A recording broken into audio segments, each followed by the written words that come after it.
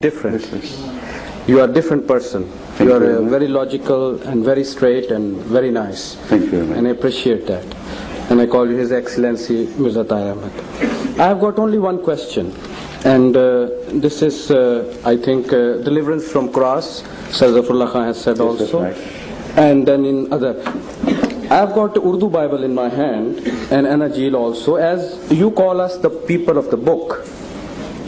So, if we are the people of the book and we believe Anajil and all that, in John's Gospel it says that when Jesus was on the cross, you see, according to Jewish and according to Greek thinking, any person who is left on Sabbath day on the cross, you see, and the Sabbath has arrived. They violate the yes.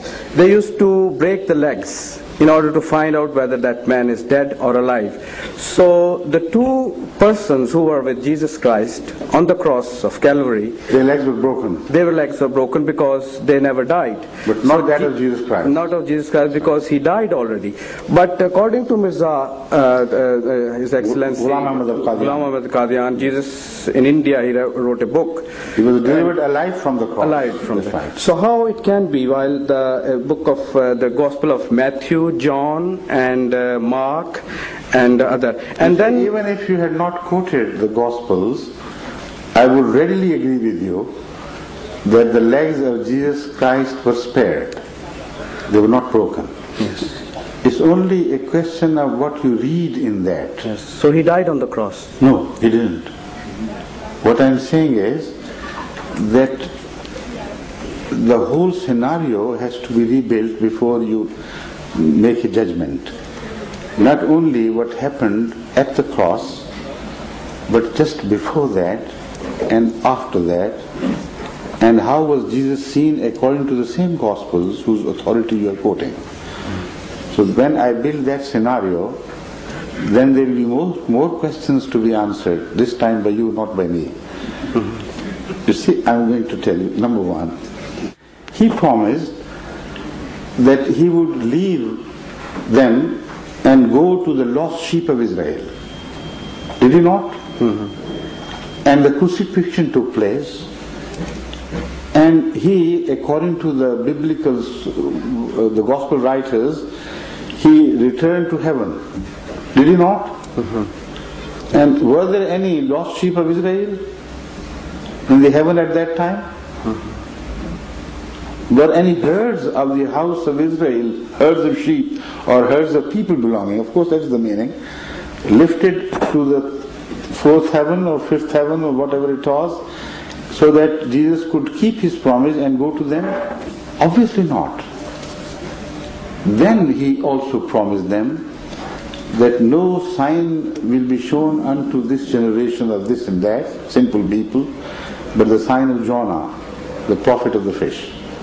Right? Yes. 3 days and 3 nights. Right, yes. So was Jonah kept 3 days and 3 nights in the belly of the fish, alive or dead? If he was kept alive, if he was delivered from near death, then this is the sign which one expects of Jesus Christ to show.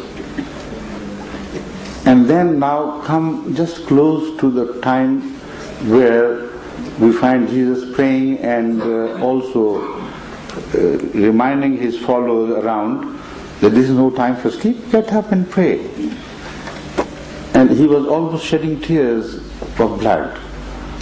And then he prayed to God that I don't want this. Please wave off this bitter cup from me. But still I submit that thine should be done. If you have decided that I must be sacrificed, then go ahead and do it. As far as I'm concerned, I'm praying to you not to make it happen as it's happening, it's about to happen. Now this description of the Bible takes away the spirit of deliberate sacrifice on the part of Jesus altogether. So that means that it was God who was forcibly slaughtering his son And the son was all the time beseeching him not to do that. But at the same time, he must have received an assurance from God that he will be saved from the ignoble death.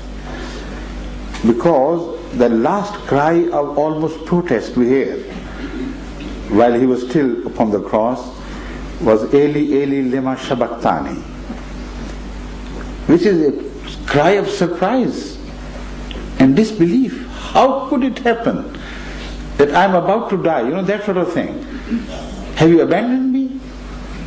Well, it seems God had promised him he would never abandon him. And what about the unkept promises of going to the house of lost sheep of Israel and in search of them and delivering the message to them? All that is finished. So there has to be some other meaning to it than what is ordinarily understood by the Christians. Now when he is taken down, I'm coming. When he is taken down, his legs are not broken, despite the fact that when his side was pierced, blood and water gushed out. And in the book Deliverance from Cross, published by the Ahmadiyya Community, London, in which it is the coverage of a function held here, a sort of function in which Christians also participated. A well-known surgeon gives his evidence that the way we can rebuild the scenario of what happened at the time.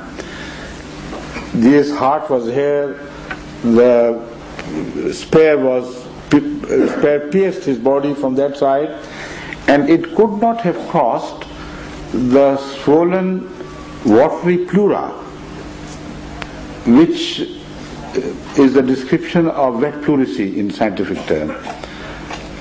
And the evidence of blood and water gushing out speaks of a life phenomenon, not the phenomenon of death.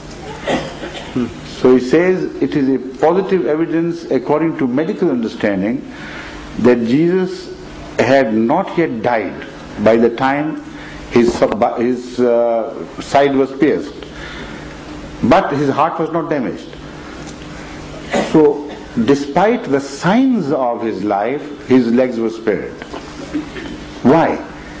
Because there seems to be a sort of conspiracy between Joseph of Arimathea and the governor, Pilate of that area, Roman governor, who in fact was made to decide against Jesus Christ against his will, despite the dream of his wife.